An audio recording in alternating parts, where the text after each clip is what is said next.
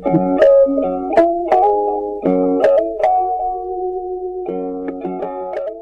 ូមជូននាទីរឿងព្រេងនិទានខ្មែរ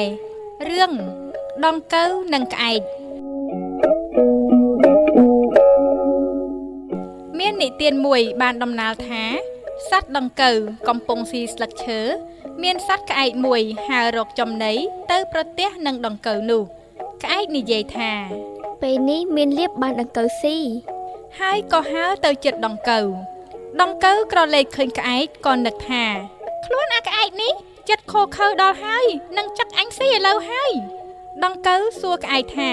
មករកអ្វីក្អែកប្រាប់ទៅដង្កូវវិញថាអញមករកស៊ីដង្កូវឯងដង្កូវថា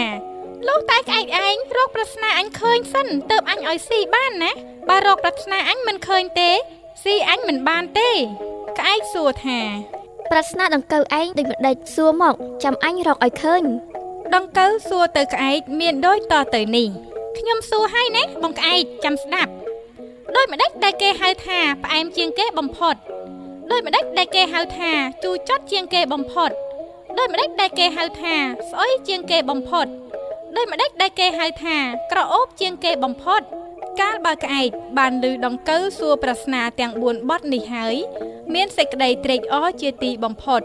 ក៏ស្រែកហូរកញ្ជ្រៀវលេងដោយគិតថាប្រស្នាដង្កូវទាំង4បទនេះអញមកជារកឃើញឥឡូវហើយនឹងបានដង្កូវឯងស៊ីជាក់ជាមិនខានទើបក្អែកឆ្លើយដោះស្រាយប្រស្នាដូចតទៅនេះ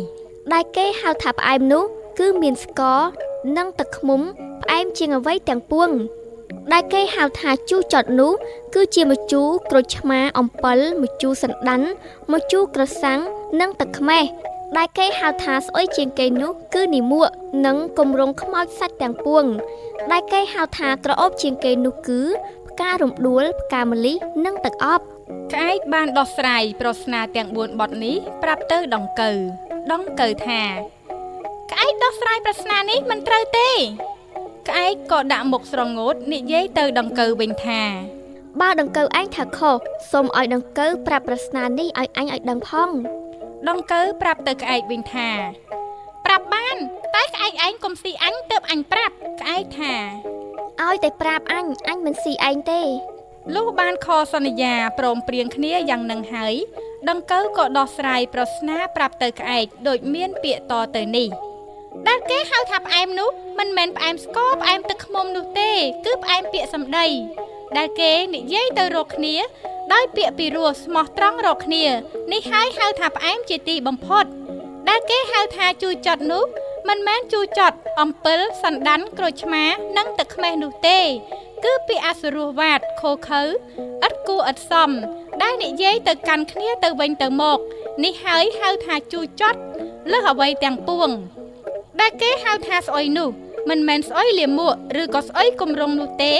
គឺស្អុយគេស្អុយឈ្មោះដែលប្រព្រឹត្តអាក្រក់ក្នុងលោកនេះហើយហៅថាស្អុយច្រាស់ខ្យល់ដែលគេហៅថាក្រអូបនោះគឺមិនមែនក្រអូបក្លិនផ្កាឬទឹកអប់នោះទេ